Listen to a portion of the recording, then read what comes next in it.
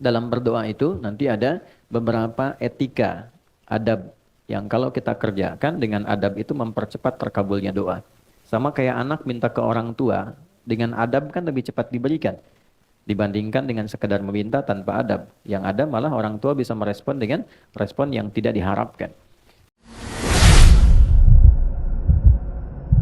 Baik, yang pertama teman-teman sekalian, doa itu adalah harapan terindah yang kita mohonkan kepada Allah dari satu keinginan yang diharapkan terwujud.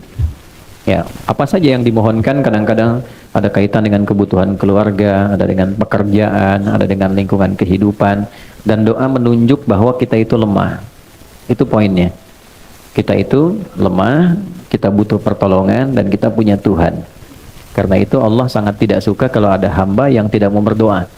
Innal ladzina yastakbiruna an ibadati, sungguh orang yang menyimpulkan bahwa dia itu cukup hebat sehingga tidak mau berdoa, maka nanti diberikan oleh Allah satu tantangan untuk selamat dari neraka jahanam saat kembali ke akhirat kelak. Kalau memang kamu hebat, gak butuh doa, ya kamu silahkan lepaskan diri dari ancaman neraka jahanam itu.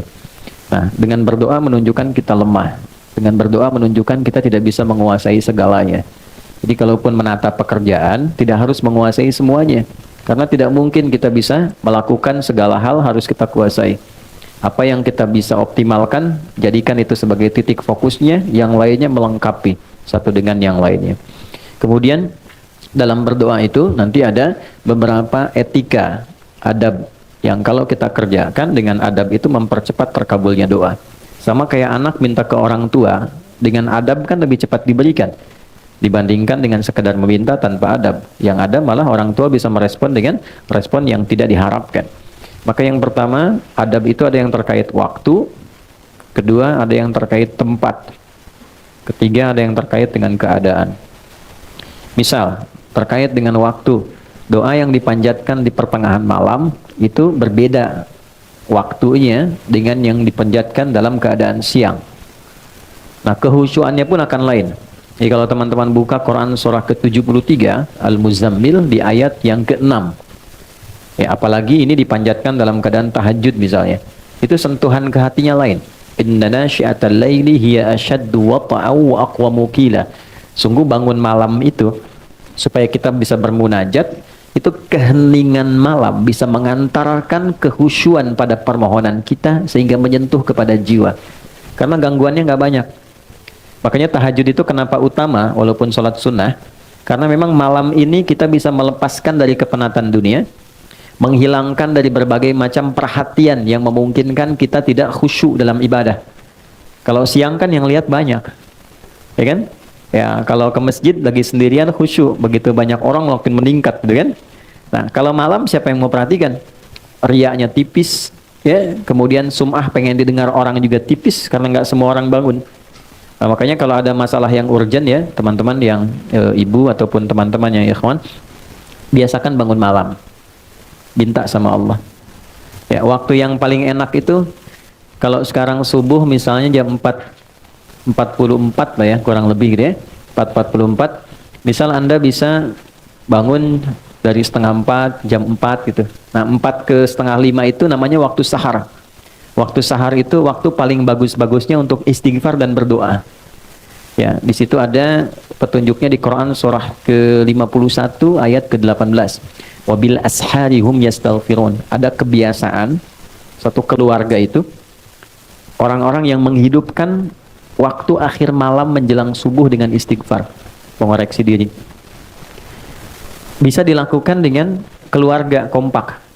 Ya, misalnya habis tahajud, walaupun tidak harus panjang-panjang, tidak harus banyak rakaatnya. Misal cukup 2 rakaat, setelah itu witirnya 1 rakaat misalnya. Jangan paksakan yang tinggi-tinggi dulu sampai Al-Baqarah rakaat pertama misalnya kan. Baik, atau seterusnya. Cukup misalnya pertama Al-Falaq, rakaat kedua An-Nas, nanti witirnya Al-Ikhlas. Ya, itu untuk memulai. Nanti kalau sudah rasanya makin enak, diingkat lagi 4 rakaat, suratnya tambah. Nah, poinnya adalah kadang-kadang suka lupa habis tahajud selesai begitu saja. Tidak. Sunnah yang kedua istighfar. Nah, Astaghfirullahaladzim kan? Astaghfirullahaladzim. Itu yang paling pendek. Astaghfirullahaladzim alladzi la ilaha illa huwal hayyul qayyum wa atubu ilaih. Itu agak panjang. Tapi kalau mau detil dengan fikih Qur'annya, mulai dari suami, ya kan? Minta maaf sama istri. Sayang, aku mohon maaf kalau selama ini belum jadi suami yang baik. Kadang tidak mengerti keadaan kamu, kadang aku memaksakan yang bukan di luar kemampuanmu. Aku minta maaf kalau saatnya mesti kembali kepada Allah ternyata belum baik di hadapan Allah. Terus istighfar, astagfirullah ya Allah, ampuni saya. Ampuni saya. Respon sama istri, bang, aku juga mohon maaf selama ini belum jadi istri yang baik, sering ngeluh sama kamu, kadang-kadang tidak jujur. Dia minta, ya Allah ampuni kami. Nah itu saat bersama-sama, ya Allah ampuni kami, itu rasanya lain ke hati. Nah itulah sakinah yang mempercepat itu datang. Yang beda ketika sendiri, dan itu sifat korektif kolegial, mengoreksi diri dengan bersama-sama dalam konteks berkeluarga, itu diajarkan di Al-Quran. Apalagi ada anak misalnya, tuh si kakak bilang ikut tahajud malam, mama papa aku minta maaf selama ini belum jadi anak yang baik, selama ini sering nyakitin mama papa, itu semua istighfar, ya Allah ampuni kamu ya Allah, sayangi kamu ya Allah. Itu kalau bisa dibiasakan, apalagi tiap malam bisa sholat dan demikian, itu keluarga terjaga dalam keharmonian. Keluarga terjaga dalam keharmonisan, selalu harmoni, ketenangan. Dan yang paling indah adalah disitulah saat doa terkabulkan. Ya, ibadi itu hadis kutsinya, hambaku, kan? Engkau mau minta apa? Engkau mau minta apa? Ya, man istaghfara ghafartulah. Siapa yang istighfar, aku ampuni. Istighfar itu kan mengoreksi diri kita. Artinya mohon maaf, setiap orang kan pasti punya kekurangan. Jadi kalau seorang suami, seorang ayah dengan segala kerendahan hati, dia mengoreksi dirinya, tahu ada potensi kuat untuk berubah. Ketika Allah ampuni, kesalahannya dihilangkan, kesolehannya dimunculkan. Jadi ciri orang yang diampuni itu, perbuatan salahnya hilang, solehnya muncul. Lisan itu kurang baik, bagaimana diampuni dosa lisan? Berubahlah tampilan lisan ini dengan berkata yang baik dan ditinggalkan yang tidak baik yang sebelumnya dilakukan perbuatan itu. Itu poinnya. Ya, kita ingin bertobat dari harta yang haram, maka perbuatan yang mengantarkan pada haram jadi hilang, yang halal jadi muncul. Itu tanda penerimaan tobat di hadapan Allah. Terjadi perubahan kebaikan. Nah, sama kalau tadi di rumah tangga ada korektif, sifat mengoreksi kepada diri, lalu diampuni oleh Allah yang salah-salah itu, terjadilah perbaikan. Kebiasaan yang kurang bagusnya berubah menjadi baik. Itu potensi tertingginya dilakukan pada waktu apa? Pada tahajud, di waktu sahar. Kemudian man sa'ala, ya, a'ta, siapa yang meminta Allah berikan. Ya, man su'ila a'ta, siapa yang meminta kepada Allah dimintakan kemudian diberikan. Kemudian nah ini poinnya. Perhatikan baik-baik, ini kalimatnya. Wa man da'a ajaba, siapa yang berdoa dijawab. Nah, jadi biasakan kalau ingin berdoa bisa diisi dengan istighfar terlebih dahulu. Makanya sebelum kita doa pasca sholat kan istighfar dulu. Istighfar, Allahumma antas salam, kemudian yang subhanallah, alhamdulillah, Allahu akbar, baru kesananya turunan ada doa kan. Ya, bagaimana minta dalam keadaan kotor? Masih banyak dosa, masih minta gitu kan. Kan secara normal, secara logika juga tidak nyambung. Jadi kita bersihkan dulu baru kemudian kita memohon kepada Allah. Jadi ini kalau dibiasakan waktu tengah malam menjelang akhir malam ke subuh itu waktu yang terbaik untuk berdoa. Di antara yang lain, antara adzan dengan iqamah misalnya itu waktu. Yang kedua tempat. Ada tempat-tempat tertentu yang secara spesifik mempercepat terkabulnya doa. Misal, ada yang tempatnya itu untuk umum di Mekah, area Ka'bah, kan? Multazam, Raudhah. Tapi kan nggak semua kita bisa ke sana. Karena itu apa yang bisa kita lakukan? Masjid. Ya. Ini yang teman-teman yang laki-laki ya, ada kebiasaan di sahabat Nabi itu diajarin sama Nabi kalau mau beraktivitas ke masjid dulu. Oke? Mereka berangkat dari masjid setelah subuh, salat syuruk, dah punya agenda. Jadi agenda itu disiapkan dari malam. Besok mau ngerjakan apa, dirapihkan. Nah, subuh berangkat ke masjid, membawa agenda itu yang sudah kita pahami. Nanti dalam sholat, kita minta sama Allah. Dalam sujud, kita belajar di pertemuan lalu, dihadirkan, ya, dalam hati kita, minta dimudahkan, minta dibantu, minta dibimbing, minta ditolong. Baik, nanti pulang, menariknya, diajarkannya ke masjid dulu sebelum ke rumah. Coba teman-teman bisa praktekkan ya, kalau nanti dari kantor, sebelum nyampe rumah, singgah di masjid dulu. Ambil wudhu, sholat 2 rakaat, pulang.